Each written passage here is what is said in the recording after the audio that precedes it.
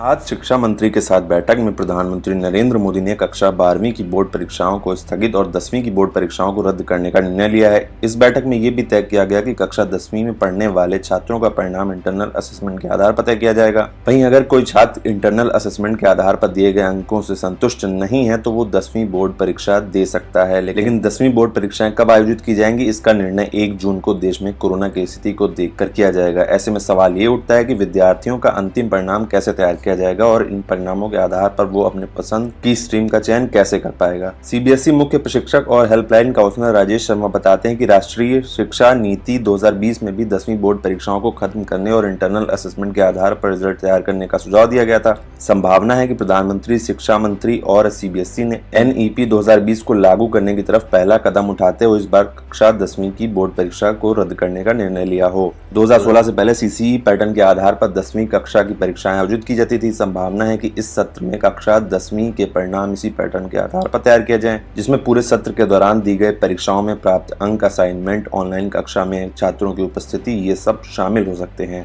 राष्ट्रीय शिक्षा नीति 2020 में स्ट्रीम यानी पीसीएम, पीसीबी, कॉमर्स आदि के सिस्टम को खत्म करने की बात कही गई है। यही कारण है कि अब सीबीएसई ने स्ट्रीम चयन की प्रक्रिया को बेहद सरल कर दिया है। इस सत्र की बात करें तो विद्यार्थी इंटरनल असेसमेंट के आधार पर 11वीं कक्षा में स्ट्रीम का चयन कर सकते हैं। वहीं बोर्ड परीक्षा के बाद अगर वे अपनी स्ट्रीम बदलना चाहें तो वो भी संभव है।